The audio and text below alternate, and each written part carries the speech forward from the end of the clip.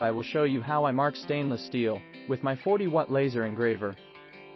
A 40-watt laser is not powerful enough on its own to mark stainless without adding a material to the surface. It will save time later if you use painter's tape to mask off areas that you are not marking. I'm using cold galvanizing compound, but dry moly lube can also be used as a marking aid.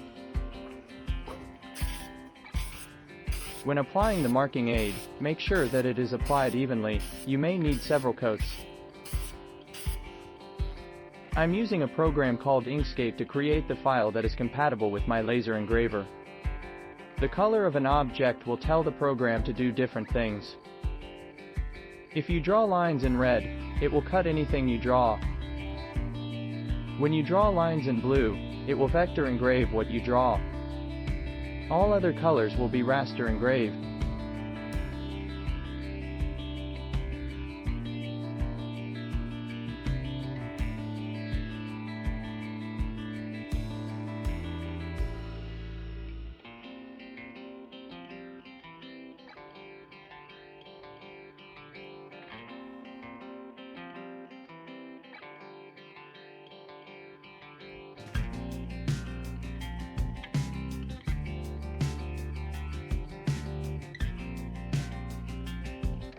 The software that communicates with the laser engraver is the free program K40 Whisperer.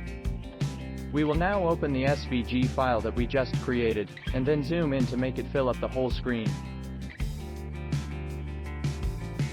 The raster engrave speed needs to be changed to 100 mm per minute or 12 inches per minute, depending on what the units are set to. I set wood on the bed to bring my project up to the focal height of the laser, and the top layer is cardboard. The power level on the laser was set to 7% on the machine, and then I started the vector engrave. The rectangle that we just engraved gives me a reference for where to set my piece on the bed.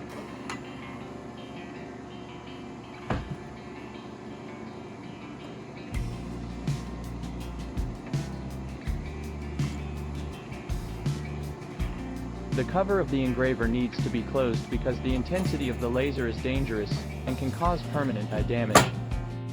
The power on the laser needs to be changed to 90%. We can now start the raster engrave. I sped up this part of the video to keep you from getting bored.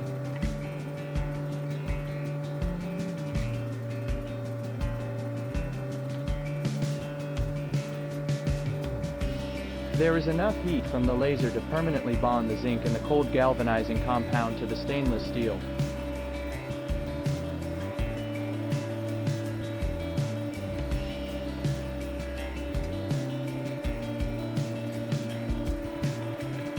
If the color does not come out black enough, or is not sticking, you can set the engraver to do 2 or even 3 passes.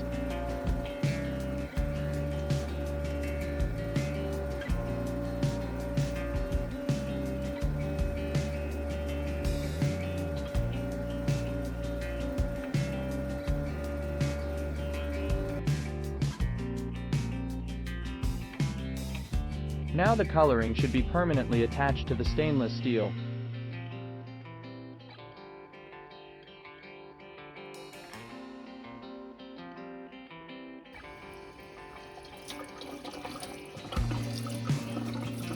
The galvanizing compound can be scraped off with a fingernail, but a wire brush makes it easier to clean out all of the cracks.